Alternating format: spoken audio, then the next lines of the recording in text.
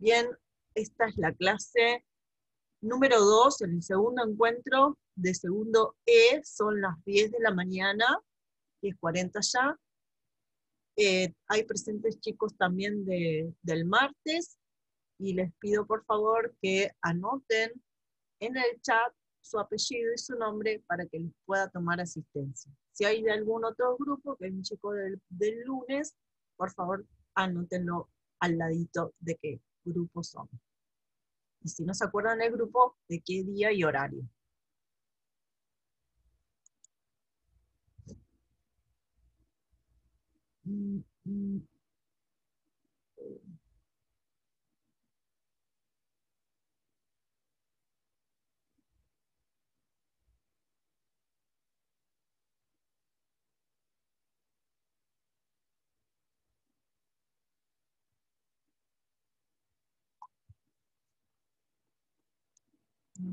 Ahí está. Bueno, arranco. Este es nuestro segundo encuentro. Nosotros vamos a tratar de analizar todo lo que tiene que ver con el interior de una fibra muscular. Acá hay una imagen bastante bonita que encontré. ¿Alguien me puede decir qué es esta celulita que está acá? Que llega hasta acá. ¿Una neurona? Muy bien, es una neurona. Recuerden que el movimiento voluntario está en una relación de, como yo le digo, un binomio indisoluble. La contracción muscular ocurre previa llegada de un potencial de acción neuronal, si no, no podría ocurrir un movimiento voluntario. Por lo tanto, hablar de fibra muscular sin mostrar la neurona que la comanda es un poco como incompleto. Nosotros, si bien vamos a estar casi siempre dentro de la fibra muscular, cuando hablemos de contracción muscular, inevitablemente tenemos que ver esta etapa del proceso de comunicación entre la neurona y la fibra muscular. Esto que está acá, ¿qué es? Que acá se pliega así. Y se continúa. ¿Qué sería de la célula muscular? La membrana plasmática.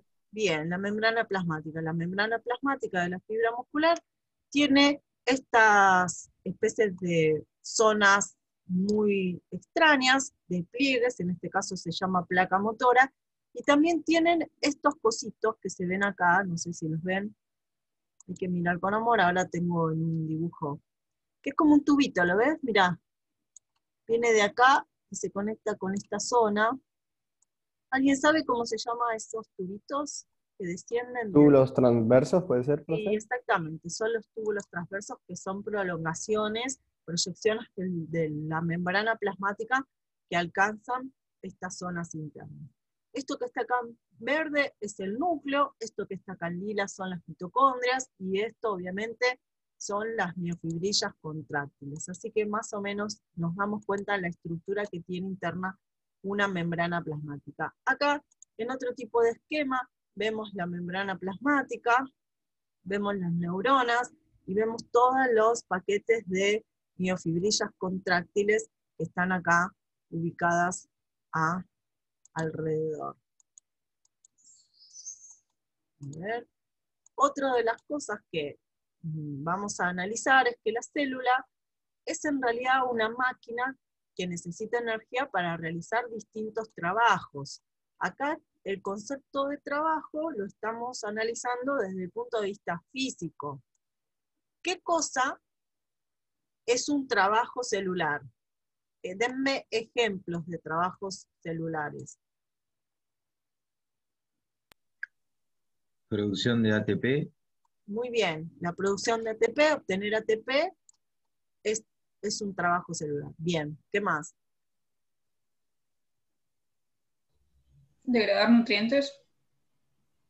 No, degradamos nutrientes para obtener ATP, estaría como dentro de esto mismo. O sea, ¿cómo obtengo ATP? Oxidando nutrientes. Síntesis de proteína. La síntesis de proteínas, muy bien, eso consume mucho ATP. ¿Qué más? comunicación entre células. Exactamente, ay, me estoy entusiasmando, chicos. Sí, la comunicación celular también consume ATP, y, consume energía, es un trabajo celular. ¿Qué más? Y en este caso, transformar energía química en mecánica, Y sí, ¿cómo se llama eso? contracción. Contracción muscular, es decir, movernos es un trabajo celular. Les digo algunos otros: crecer, reparar tejidos, reparar tejidos es un trabajo celular. ¿Y qué más? ¿Qué otra cosa nos sale claro que hoy estuvimos nombrando?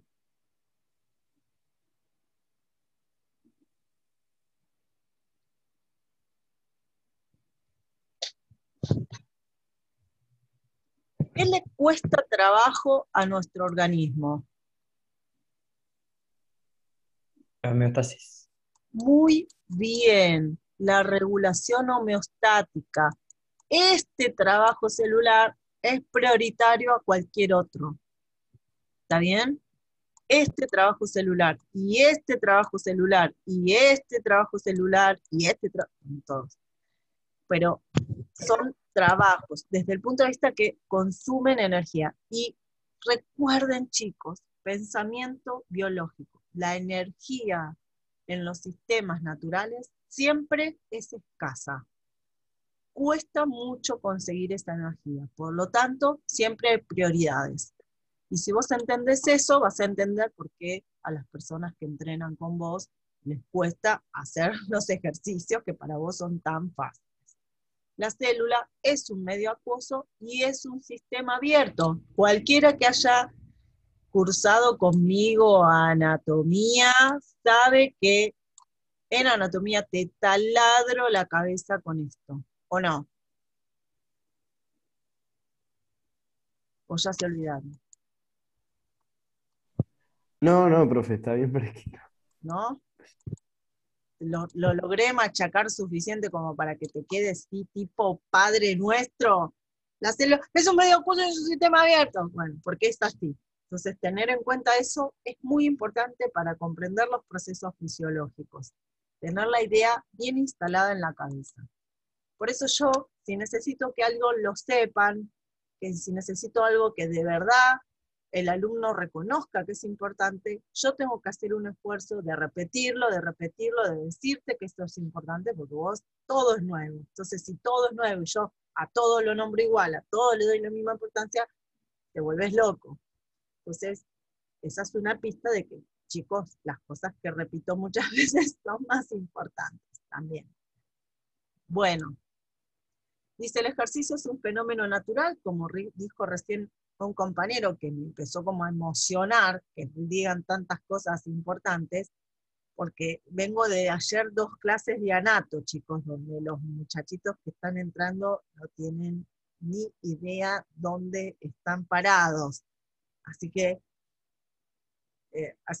imagínense que mi entusiasmo de tener esta clase de fisio.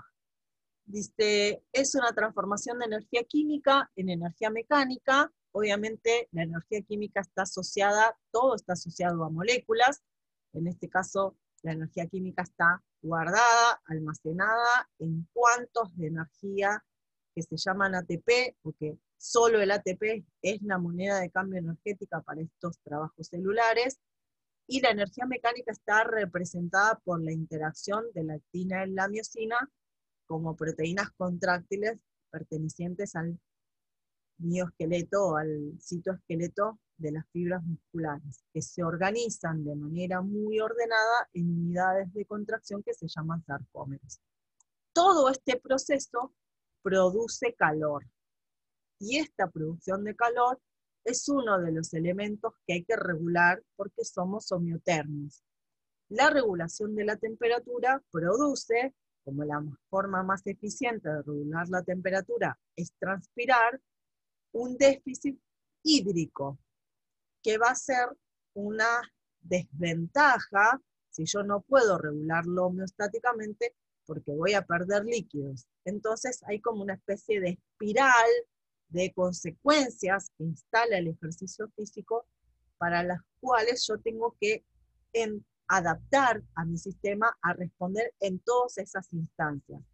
Responder desde el punto de vista neuroendocrino, responder desde el punto de vista de los sistemas, responder desde el punto de vista metabólico. Y eso es a lo que te vas a dedicar, a establecer una cantidad de ejercicios pautados para lograr instalar esas adaptaciones, que era lo que quise explicar la semana pasada. Esto es lo que es la contracción muscular. Esto es dónde ocurre. ¿Dónde ocurre? Ocurre en la fibra muscular estriada esquelética. Hay otros dos tipos de fibras musculares, las fibras lisas y las fibras cardíacas. Las vamos a ir viendo, por ejemplo, las cardíacas cuando veamos corazón, y la contracción del músculo liso, deberíamos verlo, pero no podemos destacarnos mucho en eso, porque primero tengo que hablar de músculo esquelético. El ATP se obtiene, acá yo tengo dos preguntas que voy a contestarme en el año. ¿De dónde saco el ATP y cómo interaccionan la actina y la miosina? Esto es todo lo que nos va a llevar. La clase 2 es esta pregunta, la respuesta a esta pregunta, y la clase 3 es la respuesta a esta pregunta. La clase 1 es la introducción, digamos, de todo. ¿Se entiende cómo nos organizamos? Yo tomo esto, ¿de qué voy a hablar? Yo voy a hablar de la contracción muscular. Es un fenómeno natural que ocurre en una célula, que es un sistema abierto, y un medio acuoso. La contracción muscular es una transformación de energía química en energía mecánica. Bueno, ¿de dónde saco la energía química? De la oxidación de los nutrientes. ¿Cómo hago para transformar la energía mecánica? Contracción muscular. Y así organicé esta parte del año. Durante la primera parte del año estamos adentro de la célula muscular, vamos a tratar de ver la mayor cantidad de procesos metabólicos que aportan ATP, y después vamos a tratar de ver con el mayor grado de detalle posible todos los elementos fisiológicos que se concatenan para poder responder a la contracción muscular. Desde la llegada del potencial de acción neuronal hasta la salida de calcio del citoplasma, hasta el ciclo contráctil de la miosina, la actina y el ATP. ¿Se entendió?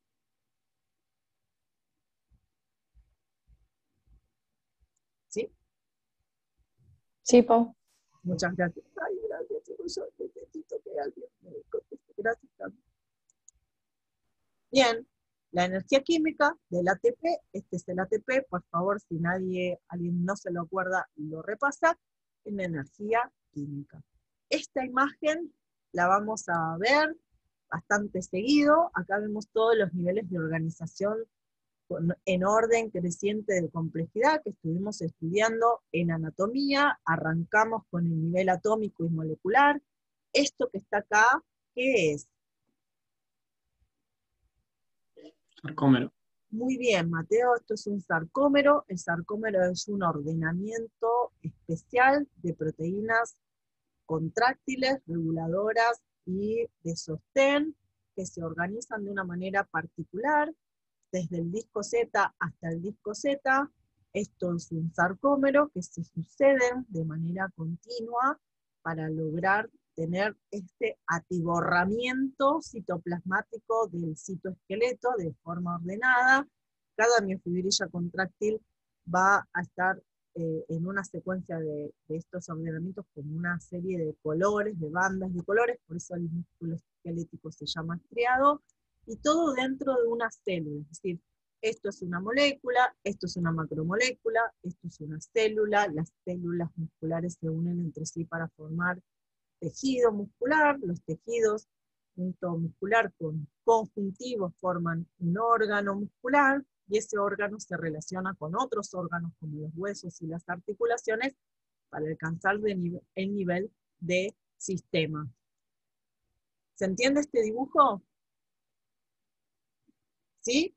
Esto es lo que tenían que repasar, ayudados por este artículo de repaso del sistema muscular. Entonces, que yo pueda decirte sarcómero, y vos sepas de qué estoy hablando, que sepas lo que es una fibra muscular, que sepas lo que es un músculo, etcétera, etcétera.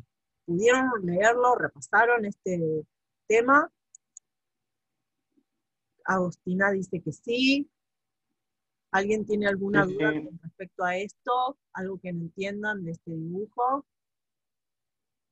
Agustina. Tengo una Agostina, tengo una Agustina. Benjamín. Matías, ¿cómo vas vos? Bien, pulgar arriba, perfecto. Lucía. Bien, pulgar arriba, Guido. Pulgar arriba también, muy bien. Jano tiene los pulgares arriba. Lourdes, ¿cómo vamos? Perfecto. Santiago, pulgar arriba, perfecto. Nicolás. Después tengo camaritas apagadas, fotos muy bonitas. Bien. Bueno, cualquier cosa me consulta. Acá tengo un pulgar arriba de alguien.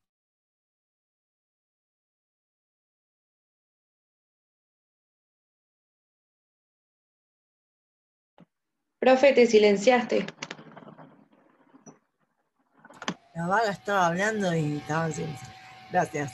Acá tenemos una especie de mamushka del músculo, ¿no? Esta idea de que todos los elementos tienen el mismo largo y que se van como correlacionando en los distintos niveles. Acá en color lila tenemos a la miosina, en color amarillito, en esta especie de collar de cuentas, tenemos a la actina o la representación de la actina.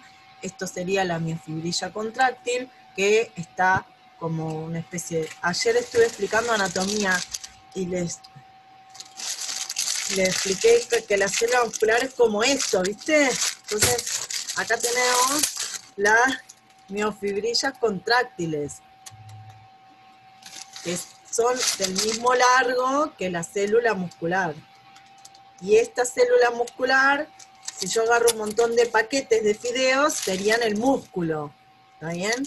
Entonces, fibra, célula y músculo, todos miden la misma longitud. Me parece que eso es de las cosas más difíciles de visualizar, pero que explican por qué. Cuando esto se contrae, toda la célula se contrae, todo el músculo se contrae y una parte de mi cuerpo se mueve. Acá vemos la célula, acá vemos el músculo. Recuerden que los músculos son órganos porque poseen tejido muscular y tejido conjuntivo, que a veces nos olvidamos. Se habla mucho de las fascias, ¿no? De trabajar lo miofascial, se trabaja mucho en el stretching, todo, y no se lo une con esta idea de que el músculo es un órgano y puede cumplir la función que tiene gracias a que posee algo más que fibras musculares. Tiene un componente conjuntivo que es vital y que justamente es algo que también hay que entrenar, también tiene que estar sano el tejido conjuntivo, porque si no me desgarro, si no tengo tendinitis, si no tengo un esguince, si no tengo, etcétera, etcétera. Entonces, Paula, sí, cuando vos estás hablando del tejido conectivo, hablas de la fascia profunda. todas las fascias son muchas, o sea, cada paquetito, ¿ves? Acá tengo una fascia, después tengo, se llama perimicio, endomicio y... Ah, bien. pero va como envolviendo. Después todo el músculo está rodeado por una fascia conjuntiva y algunas de esas fascias están como si fueran una sábana que rodea más de un músculo. Por eso estas fascias son realmente membranas conjuntivas muy extensas. Hay algunas que pueden medir bastante. Por ejemplo, la fascia toracolumbar va del occipital hasta el sacro. Y todos los músculos que están dentro de esa misma fascia pueden tener nervios que activan a muchos músculos. Por eso trabajar la fascia, por eso los masajes funcionan. Por eso el estiramiento funciona porque relaja quizás muchos músculos que tienen, porque las fascias, el tejido conjuntivo, piénsenlo siempre como el camino, la carretera que usan los vasos sanguíneos y los nervios para llegar a los lugares que llegan. Entonces, cuando yo estiro una fascia, activo, por ejemplo, un nervio, lo puedo como manipular de manera indirecta. Y eso puede hacer, por ejemplo, si yo quiero que previo, no sé, quiero trabajar la flexibilidad. ¿Qué quisiera hacer? ¿Que la fascia se relaje o que se contraiga? Se relaje. Que se relaje. Pero si quiero trabajar la fuerza, no quiero que el cuerpo esté todo así, quiero que se active. Entonces, ¿cómo yo opero frente a este elemento, este componente, va a determinar cuál va a ser mi tratamiento? Si yo lo relajo y después le digo, levantá 200 kilos, y voy a estar como que no va a poder. En cambio, no sé si se entiende, pero reconocer estos elementos, a veces ustedes hacen más esfuerzo por reconocer, porque están de moda, porque está el que, ay sí, ahora está re de moda trabajar stretching. No tienen ni idea lo que es una fascia. Entonces nosotros estamos acá para decirle que eso que se usa, ese método, se basa en algo biológico. Y siempre es mejor saber cómo responde biológicamente. ¿Qué es más importante que saber cómo lo usamos? Porque si no sabes qué es bastante probable que estés solamente emulando a alguien más, repitiendo una receta magistral de la cual no tenés idea de qué se trata, ¿no? Entonces, bueno, ahí la idea de órgano, porque ahí es un conjunto de tejidos. El otro tejido que está presente en el músculo es el tejido conjuntivo. En muchas versiones, porque tenemos desde una fascia que parece, ¿viste cuando haces pollo? Una pechuga así, que le sacás como una telita blanca, como una telita transparente, que la levantás así, parece como una gelatina. En la carne de vaca también hay. Bueno, eso es la fascia. Puede ser así de delgada, así de elástica, pero un tendón también es tejido conjuntivo. El tejido conjuntivo es tan diverso como estas dos manifestaciones. El hueso es una variación de tejido conjuntivo, y es duro, y el cartílago es una variación del tejido conjuntivo. Entonces, el tejido conjuntivo es un elemento imprescindible para nuestra salud del aparato locomotor. Y la base del tejido conjuntivo es el colágeno, que es una proteína. Entonces, cuando vos haces actividad física y, por ejemplo, te suplementás con proteínas, no es solamente para la hipertrofia muscular, es para la reparación de tus tejidos conjuntivos. Por eso hacer actividad física también previene las artritis, las artrosis, la salud de las articulaciones, etc. Porque tenés mayor tasa. Una persona que entrena cicatriza más rápido. Te cortás, tenés una operación, te recuperas más rápido si estás entrenando. ¿Por qué? Porque tenés mayor capacidad de reparación celular. Y recuerden que la reparación celular es un trabajo celular. La síntesis de proteínas y la reparación. Entonces, cuando vos te decís, una persona que entrena necesita comer tanta cantidad de proteínas, tantos gramos de proteínas, no es solamente por el músculo, es también porque tu músculo como órgano tiene tejido conjuntivo. Y ese tejido conjuntivo se forma a base de proteínas como el colágeno, la elastina y la reticulina. Eso lo vimos en anatomía en tejidos. Pero claro, queda como ahí medio al pasar. Pero acá está bueno, ¿no?, recuperar ese concepto. Bueno, de nuevo esta imagen. Esto se llama placa motora. Es el punto de contacto entre la neurona y la fibra muscular. Es una sinapsis de tipo química. Acá tenemos el núcleo, las mitocondrias, los túbulos T. Esto es la miofibrilla contráctil. Si vos leíste el capítulo este que te di para repasar, capaz me entendés mejor. Si no lo leíste, capaz que te querés matar, porque estoy nombrando un montón de cosas que no sabés de qué se trata. Fíjate para la clase que viene de leerlo, ¿sí? En general, chicos, yo me pongo en su lugar. Si te mando algo para leer es que lo vamos a usar. Yo sé que capaz en otras materias tenés 18 artículos en el archivo y después que los leíste, entregaste todo y no lo usaste nunca y te querés morir. Acá si yo te los mandé leer es por algo. Me voy a detener en principio en la puerta de entrada de todo lo que vincula a esta célula con el mundo externo. Y esa es su membrana plasmática. Lo primero que tenemos que hacer es recuperar el concepto de membrana plasmática. Y tenemos bicapa de fosfolípidos, proteínas de membrana, glucocálix del lado externo. Acá tenemos algunas moléculas de colesterol y estas proteínas, de acuerdo a su grado de asociación con la bicapa, podemos llamarlas integrales, aquellas que cruzan a ambos lados, es decir, que tienen una conexión con el medio externo y una conexión con el medio interno, y proteínas periféricas que están asociadas solo a una de las bicapas. ¿Alguien tiene alguna duda con respecto a esta constitución de la bicapa? ¿Por qué es selectiva? Porque hay una regulación de los mecanismos de transporte a partir del núcleo celular. El núcleo decide cuáles son las proteínas que están presentes en las distintas membranas. Entonces, si existe un transportador, algo puede suceder. Y además, las proteínas son específicas. Esta, por ejemplo, puede ser un GLUT4. Solo permite el pasaje de glucosa. Por más que ya haya un agujero acá, no es que cualquier cosa que entra en este agujero pasa, sino que si yo quiero que haya más transporte de glucosa, entonces tengo que tener más de estos transportadores. No sirve otro. Hay una proteína para cada cosa. Es semipermeable porque las membranas pueden responder de forma alternativa a un elemento que esté adentro o afuera. ¿Qué significa?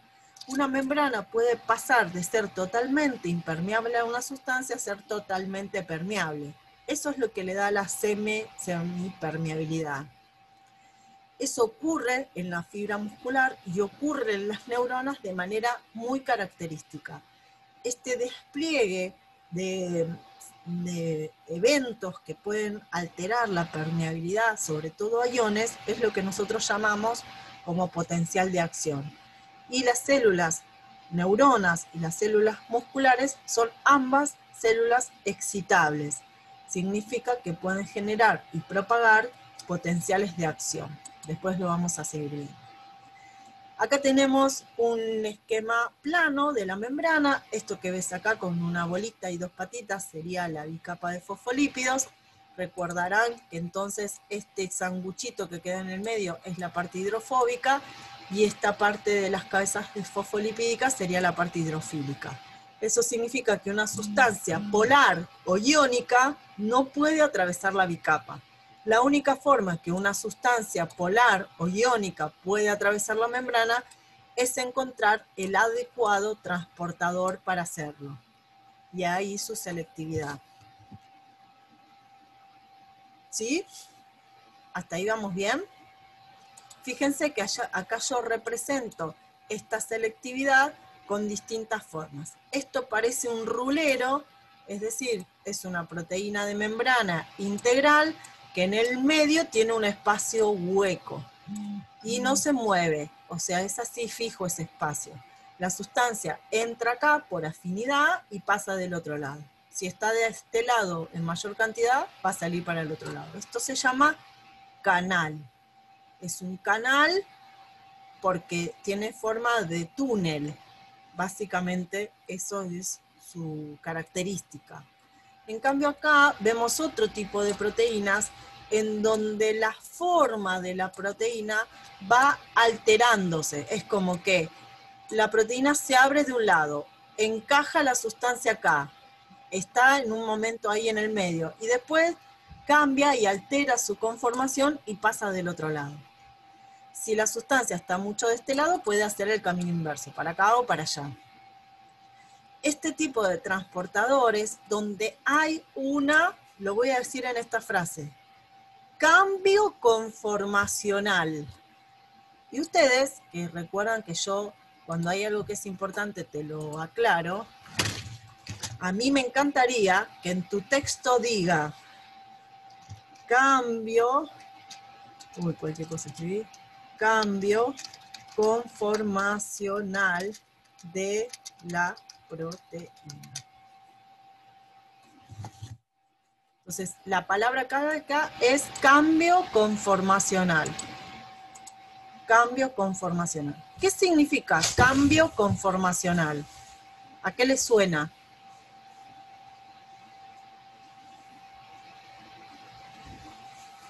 Como que cambia su conformación. Sí, se entiende, ¿no? Es decir, las proteínas son como estructuras globulares. Se las imaginan, las proteínas son una molécula como compleja, como si yo agarrara así esto, así. Esperen que me veo porque no me veo yo y no lo puedo explicar. La proteína es una tira ¿de qué? Tengo frío. Aminoácidos. De aminoácidos, ¿no? O sea, la proteína está formada por un aminoácido, otro aminoácido y forma una tira. ¿Está bien? Así es, una tira de aminoácidos. Ahora, ¿así es funcional la proteína? No, la proteína se enrosca, así. Así enroscada funciona. Entonces, por ejemplo, esta proteína tiene el hueco para que esto se ancle acá. Cuando la proteína está así, no funciona, porque esto no lo puedo meter en ningún lado. Tiene que estar enroscada, así. Esta sería esta proteína que está acá. La proteína que es un canal es así. Vamos a suponer así. Entonces, imagínate que es algo fijo. ¿Ves? Yo miro por acá y te veo, ¿me entendés? Te veo por acá. Tiene un hueco. ¿Sí? Como si fuera un... No sé si me va a ocurrir algo. Pará. Como si fuera así. Así. Pasa. Es fija. ¿Está bien? En cambio, la otra es así, ¿no? Entonces agarra.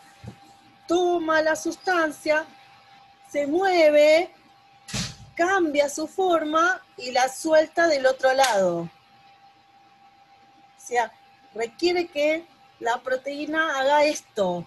Tic, tic, tic y track. Tic, tic, tic, track.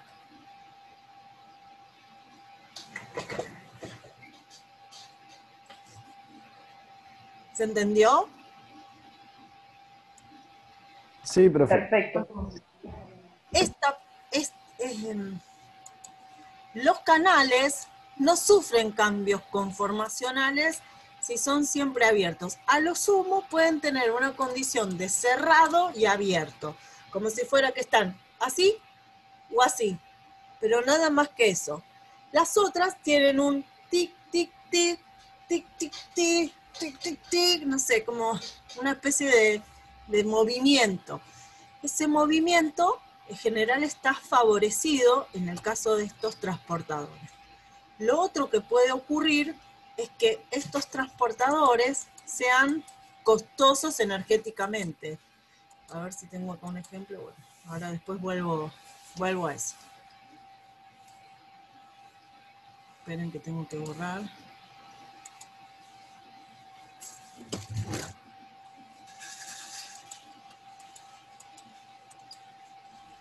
Acá, por ejemplo, vuelvo a mostrar un dibujo en donde tengo, esta es la membrana de la fibra muscular, este es el axón, acá estaría esa zona en donde ocurre la sinapsis química, ¿no? Y todo esto es la membrana, acá tengo el túbulo T y acá las organelas internas. Esto lo que quiero que entiendan es que hay un espacio de la membrana bastante particular, que es donde se junta con el axón, y otra zona particular de la membrana, que es donde está el túbulo T. Eso Si no te acordás lo que es el túbulo T, por favor repasalo, que está en el modulito, porque lo vamos a utilizar este concepto. Bueno, acá les traje un poquito la estructura de un fosfolípido, las sustancias que van a atravesar la bicapa de fosfolípidos van a ser aquellas que no sean ni polares ni iónicas. Las que más nos interesan son los ácidos grasos, que pueden atravesar la membrana fácilmente y que son nuestra fuente principal de energía. Lo dificultoso no es que ingresen a las fibras musculares los ácidos grasos, sino que lleguen a las fibras musculares.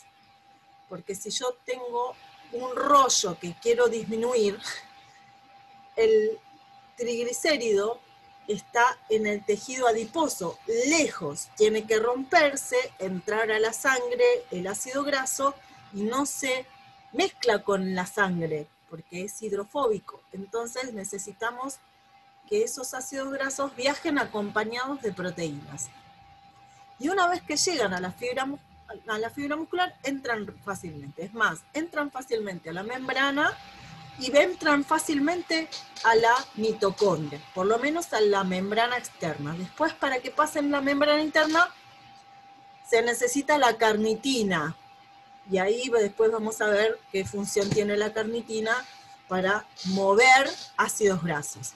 La carnitina es un suplemento que se vende con el logo, el eslogan de quemador de grasas.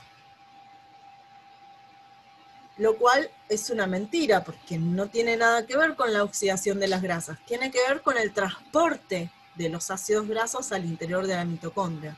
Pero no aumenta, si vos no te quedás sentado en el sillón y no te movés, por más que tomes 180 gramos de carnitina, no va a cambiar nada. Entonces, eso es otra de las cosas que atraviesa la bicapa de fosfolípidos de manera muy fácil, son todas las hormonas andrógenas, esteroideas, como la testosterona, la progesterona, o cualquier cosa que tenga una forma parecida al colesterol. Entonces no va a tener receptores a nivel de la membrana, tiene receptores a nivel del núcleo celular. Bueno, esto es otro tipo de esquema en donde lo que se está mostrando con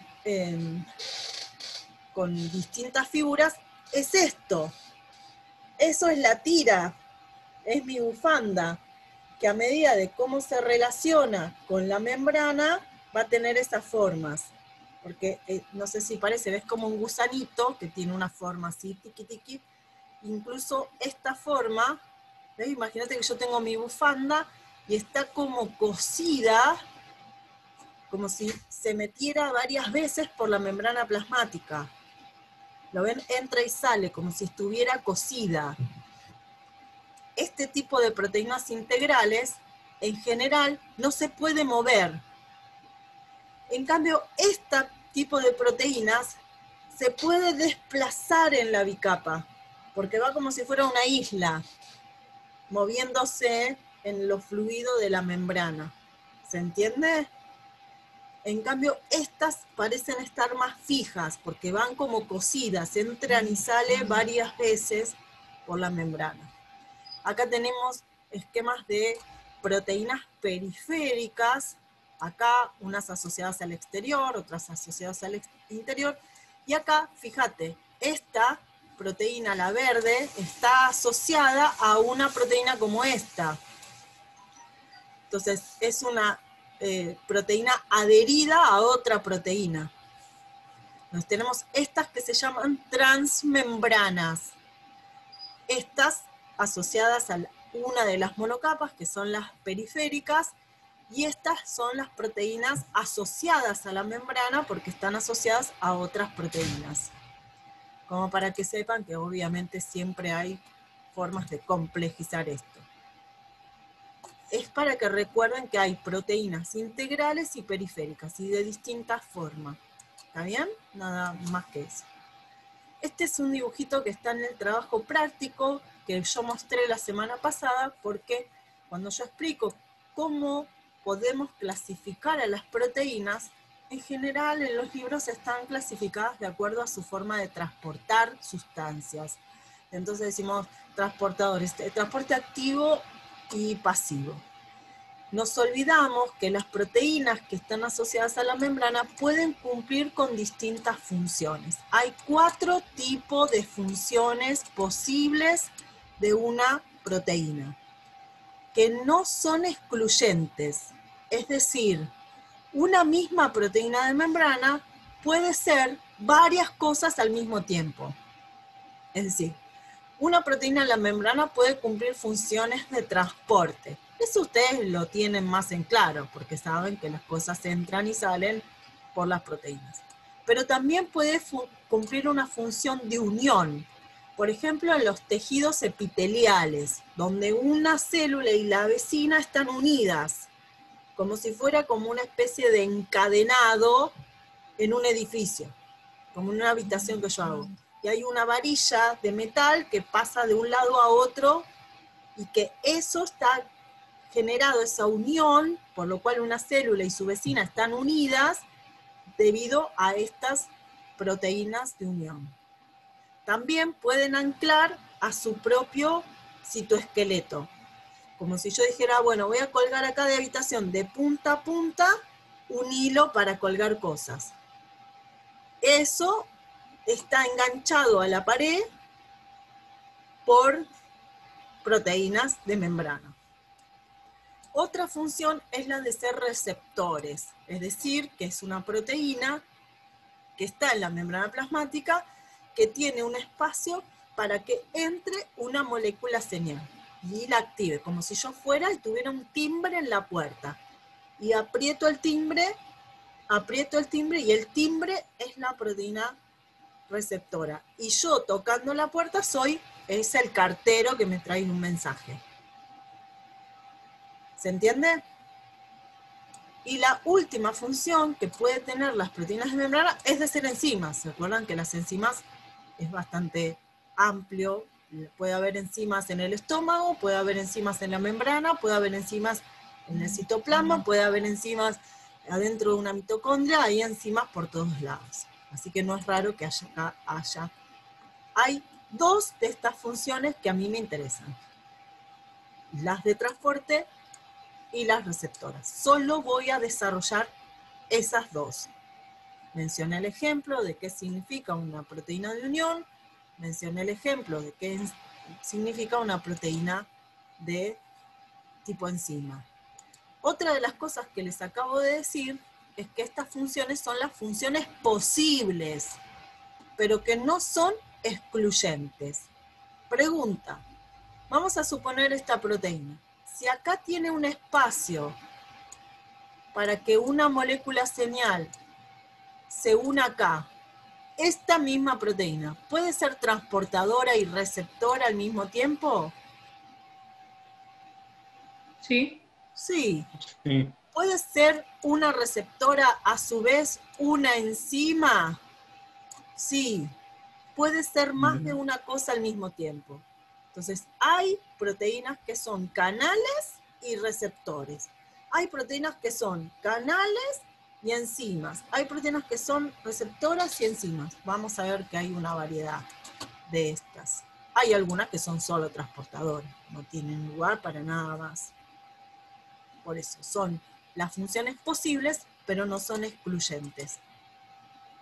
Bueno, acá es un mismo ejemplo de lo que dije antes. Fíjate que acá esto que parece una plastilina verde o una cosita roja son el citoesqueleto, puede ser elementos que conectan con la membrana plasmática que anclan. Acá tenemos la representación de la enzima, es decir, una sustancia A se transforma en una sustancia B gracias a su acción. Acá tenemos el receptor, que es esto que yo te digo que es como un timbre que puedo tocar para que sepa yo que hay un cartero afuera, y acá directamente transportes. Vamos a pasar esto.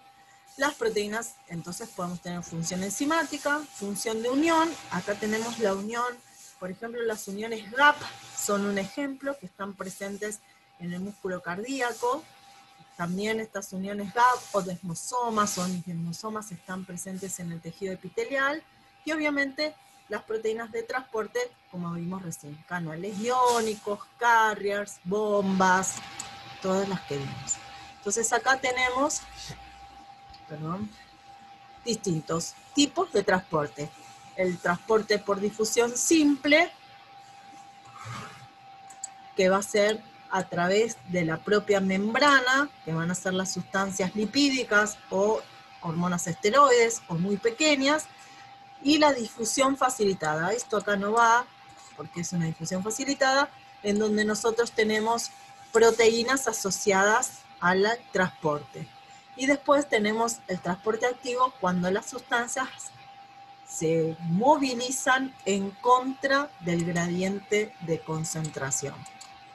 No vamos a hablar de transporte ahora, pero yo quiero detenerme en este tipo particular de proteínas transportadoras. Son las que llamamos carriers.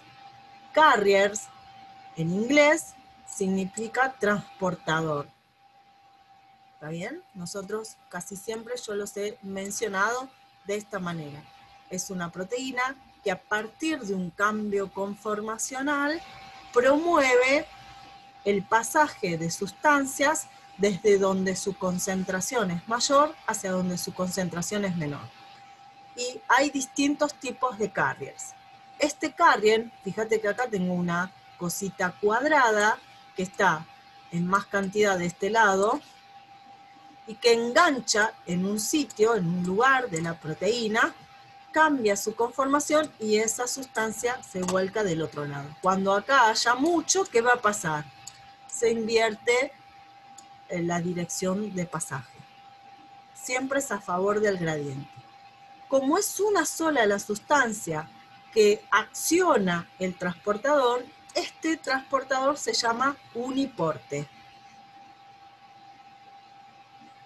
Yo cuando lo explico en anatomía, lo digo como si fuera, ¿viste el casino que tiene unas puertas así como que se mueven? Vos entrás por acá, gira y salís por acá.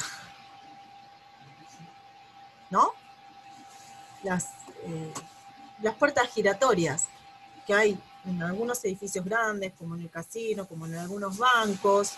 En el banco que está en Córdoba y San Martín tiene puertas giratorias. Bueno, esto sería un ejemplo. En este ejemplo, para que yo pueda entrar al banco, necesito que adentro de este cubículo no solo esté yo, sino también esté yo con una taza de café. Si yo no estoy yo y la taza de café, entonces mis dibujitos son re pedorros, chicos, pero ustedes me entienden.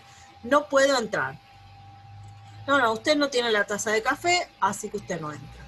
Cuando para que se accione la puerta se necesita la presencia de dos sustancias al mismo tiempo, esto se llama simporte. ¡Ay, qué lindo! Es muy bonito. Simporte. Es decir, las dos sustancias presentes del mismo lado para que se active. Es decir, yo quiero entrar al banco, pero si no compré el café, no voy a entrar. No importa cuánto de la otra sustancia haya. ¿Se entiende? Esto es importante para la acción del transporte. Y el otro caso es que para que yo entre, una persona tiene que salir. Si yo no consigo que alguien que está dentro del banco salga, yo no voy a poder entrar. Es decir, la presencia de una sustancia de un lado y la presencia de otra sustancia del otro es la condición para que el transportador funcione. Este tipo de transportadores carriers se llama antiporte.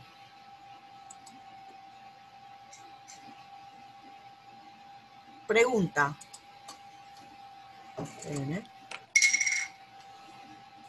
Este transportador ¿es una proteína de membrana? ¿Lo reconocen como una proteína de membrana?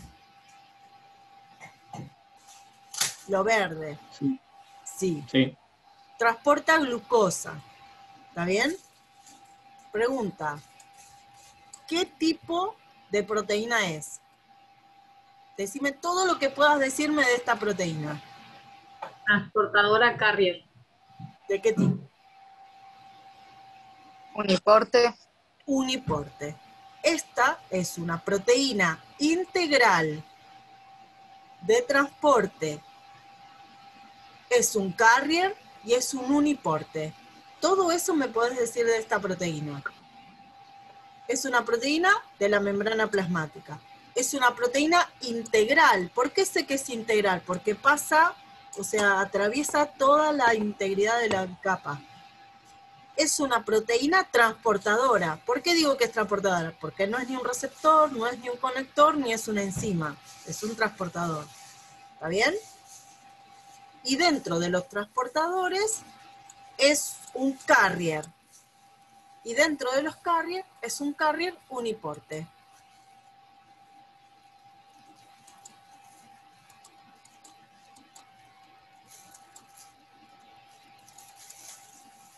De este tipo sería. Hay otros transportadores de glucosa que son sin portes. Y hay muchas formas de transportar glucosa. Nosotros nos vamos a concentrar básicamente en los GLUT4. Yo quiero aclararte que no son los únicos transportadores de glucosa. ¿Eso se entendió?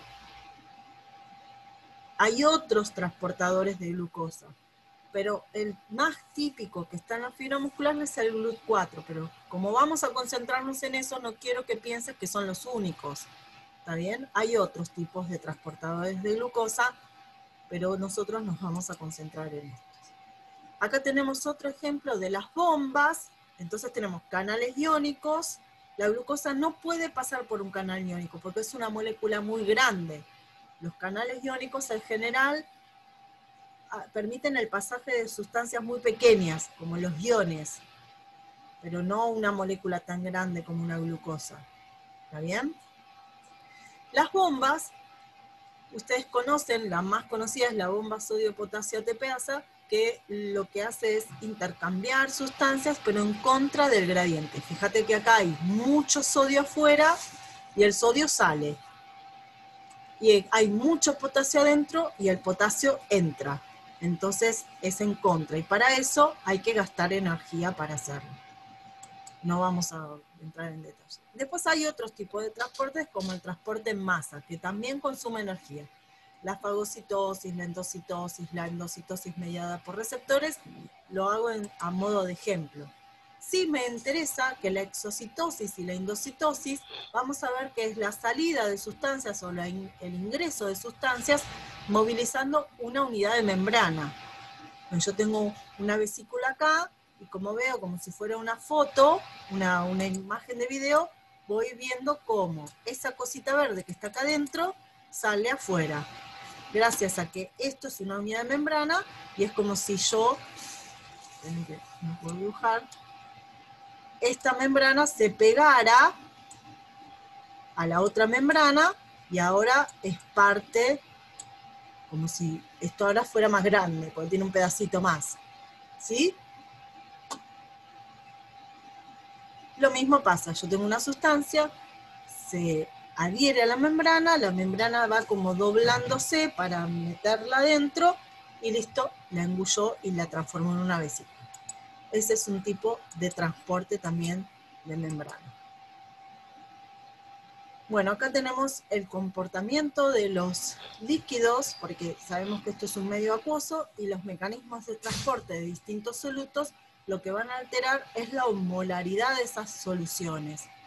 Cuando las soluciones acuosas están atravesadas por una membrana plasmática, lo que alteramos es el equilibrio de fuerzas que hay a ambos lados. Esto lo que más lo vamos a relacionar es con las bebidas isotónicas, hipertónicas que tomamos en el entrenamiento, ¿no? Lo vamos a relacionar por qué esto de mantener la osmolaridad, se llama, esa fuerza entre el líquido externo y el líquido interno. ¿Cuáles son las bebidas? También están involucrados los mecanismos de transporte. Como lo vamos a ver más detalladamente en termorregulación, porque la termorregulación implica la deshidratación requiere que yo me adapte a estas cuestiones y que tenga una buena hidratación previa al entrenamiento, durante el entrenamiento y después del entrenamiento. No lo voy a explicar ahora porque se hace muy largo, pero después lo vamos a seguir viendo. Lo otro que a mí, ay, se me está yendo la hora, Perdón, deben estar acá el grupo siguiente. Ya termino y arrancamos con ustedes. Los receptores son estas proteínas de membrana que les explicaba, y esto es lo que está en el trabajo práctico. Creo que es el 1 o el 2. Trabajo práctico no, la guía de repaso de célula, donde vemos distintos tipos de receptores. Fíjate acá. ¿Ves que acá tengo? ¿Qué es esta proteína, la naranja? Un receptor y a su vez es un canal.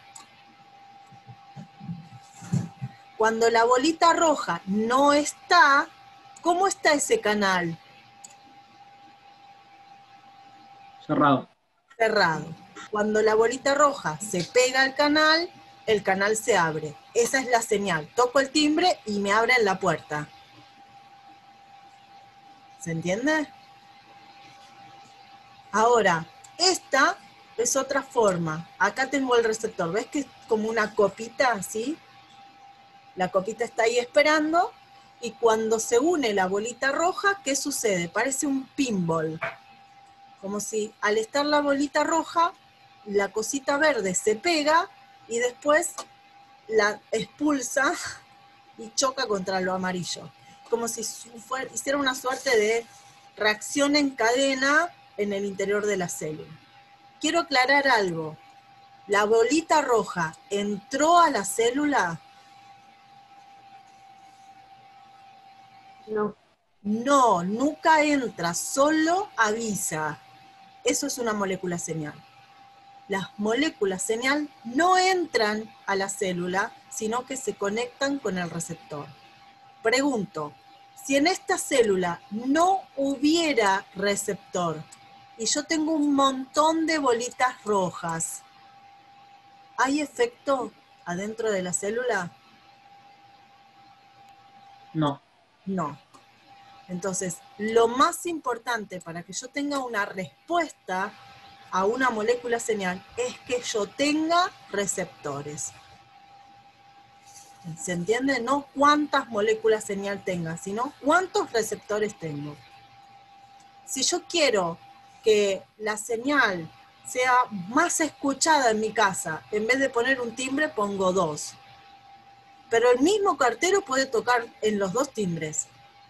No necesito más moléculas en más carteros. Necesito más timbres. ¿Se entiende? Después vamos a ver esa analogía a que se refiere en el caso del ejercicio físico.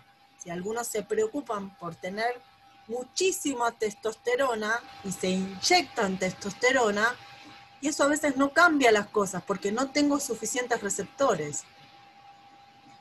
¿Se entiende?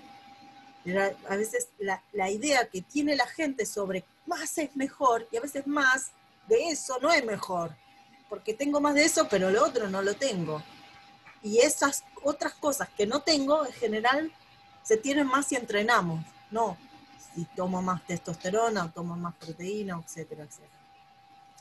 El último tipo de receptores son estos, que ante una molécula señal es como que la molécula señal reacomodara una suerte de elemento, lo unifica y eso hace una acción enzimática en su interior. Nosotros nos vamos a concentrar en estos tipos de receptores, después vamos a ver qué ejemplo tienen en concreto. La idea en el punto del ejercicio es que ustedes miren y me cuenten qué están viendo. Por ejemplo, acá lo que dijimos recién, este receptor es un canal, y cuando el ligando, le decimos a esta molécula señal, ligando porque se liga, se une, cuando se une el ligando al receptor, el canal se abre. Y acá me cuentes lo que ves en esta serie de imágenes, sencillas y simples. Eso es nada más. Fíjense que creo que les puse, o no me acuerdo, un video sobre esto, si no después les trato de poner algún video explicativo. Acá tenemos receptores de acetilcolina, estos son los receptores que existen en la placa motora. Estos receptores de acetilcolina son receptores de ligando con canales, que no sé si recuerdan, en anatomía los habíamos visto, y fíjate que acá tenemos 2 ejemplos de transportadores. Tenemos la exocitosis de la acetilcolina hacia el espacio del de la placa motora, y a su vez estos receptores de acetilcolina que abren y dejan pasar sodio. Esto nosotros lo vimos en anatomía, y bueno, ahora lo podemos explicar un poquito mejor. Esto lo vamos a ver en la clase 3.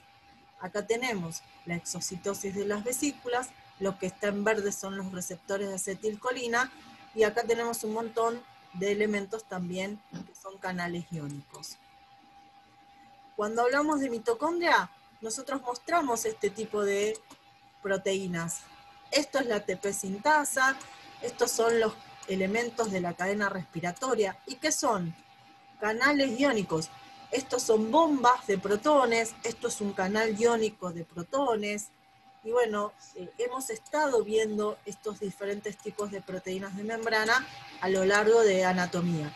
Ahora es como que los vemos todos juntos desde otra mirada, ¿no? De que si yo digo que una persona que está entrenando tiene un mayor VO2 máximo, porque le apliqué un test de Cooper y veo que está muy bien, ¿qué significa, en definitiva? Que tiene más de estas proteínas en su membrana plasmática. Si yo le tomo un test de Cooper a los 6 meses que entrenó conmigo y tiene el mismo VO2 máximo, chicos, rearmen su entrenamiento porque no está funcionando. Pero los datos concretos que yo puedo medir implican que haya más o menos de estas proteínas en sus membranas plasmáticas. Eso es lo que queremos promover como adaptación al entrenamiento. En concreto, ¿qué es adaptarme al entrenamiento? Tener más proteínas. Más proteínas en la membrana plasmática, más proteínas como enzimas, más proteínas. Entonces, ahí tenemos una clave para el entrenamiento. Creo que con esto terminé. Bueno, obviamente, las fases del metabolismo es lo que vamos a ver para la semana que viene. Esperen un cachito.